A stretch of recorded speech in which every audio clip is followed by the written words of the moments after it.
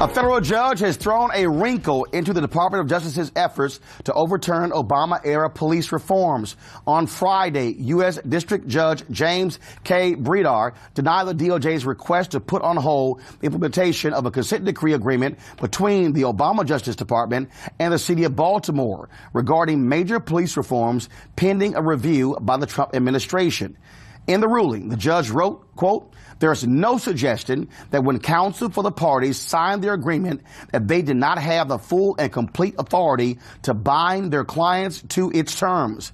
The time for expressing grave concerns has passed, and instead, parties must now execute the agreement as they promised they would."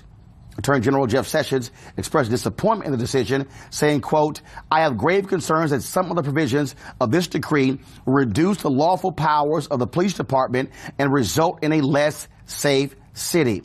Baltimore Mayor Catherine Pugh had a different take. I believe that what we put together was right for Baltimore and certainly right for our police department, and that we were committed, as I said to you all the other day, of moving this consent decree forward. So I think this is a great victory for the citizens of Baltimore as well as for our police department. Meanwhile, the NAACP has put the Justice Department on notice that it will fight attempts to shut down consent decree agreements with police departments across the country. Joining me now is Ngozi Ndulu, Senior Director of Criminal Justice Programs for the NAACP.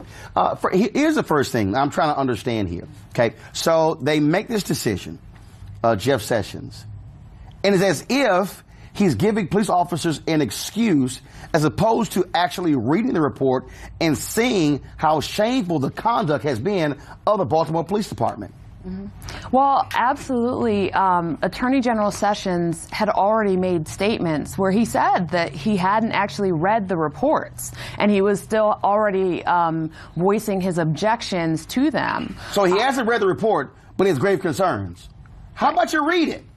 Right. I mean, that seems like that would be the first step, because when you actually read that report, I mean, the Department of Justice did a very thorough review and found instances that I don't think that anyone can really argue about what is wrong with policing in Baltimore, just like they did in Ferguson, just like they did in Chicago, right? We're talking about systemic issues with policing that the Attorney General is not willing to have the Department of Justice actually address with local police departments, because that's also something that's important to note here, that Baltimore is asking for the help of the federal government. So in the guise of saying that we're supporting local police departments, where the Attorney General is actually going against that and saying, well, the local police department doesn't really know what they're talking about. It's a problem. This is, first of all, we saw him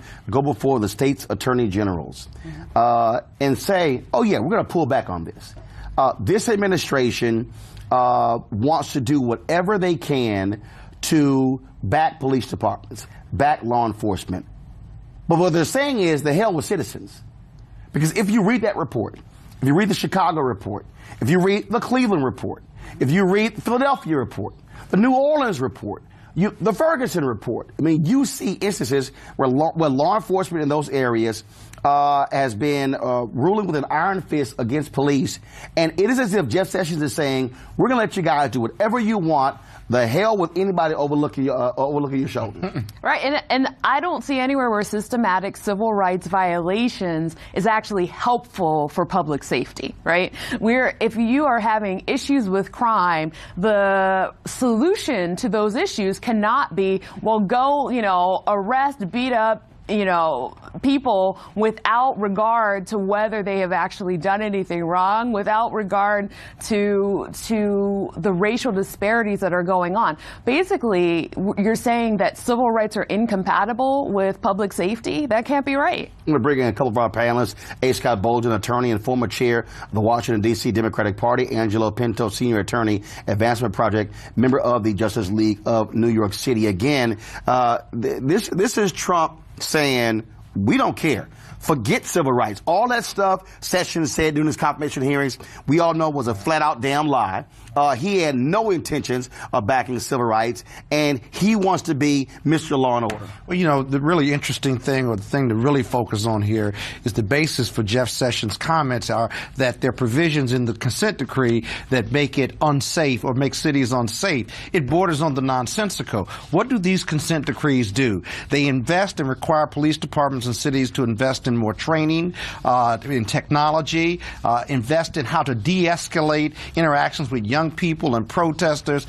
It's idiotic that a statement like that would be made when all these consent decrees do is get you back to normalcy or to excellence as a police department. No, who would not want that? Angela, what it gets you to is protect and serve the people. Jeff Sessions wants to protect and serve the police officers. And the other piece is it's the dismantling of the Department of Justice. I think Jeff Sessions has consistently tried to do that, and addressing and pulling back from these consent decrees is a way to do that. I mean, a consent decree is an agreement between the federal government and a locality. If a locality is saying we want you to come in and now the federal government is saying they don't want to, that's a serious problem. And the federal government are the folks to do that, because the locality has shown a pattern and practice of unlawfulness in the department. So if the federal department can't come in, who's going to come in and look at those? And it's the job of the DOJ to oversee and to enforce the law. But they don't want to do that anymore. Well, what happened to state rights, though, in this regard? I mean, the Republicans are states' rights and local control. Exactly. They want state rights and local control, except when they don't. And in this case, they don't. They want the police to go back to what they believe to be some normalcy we believe is abnormalcy, if you will. And I think it's important to note that actually implementing the terms of these consent decrees is making us all safer, right? When you do not feel like safe. right. And I'm talking about the community and the police. So I just think that it is disingenuous to say that you are working on the relationship between law enforcement and community, and you're not willing to actually do what needs to be done and what the community has asked you to do.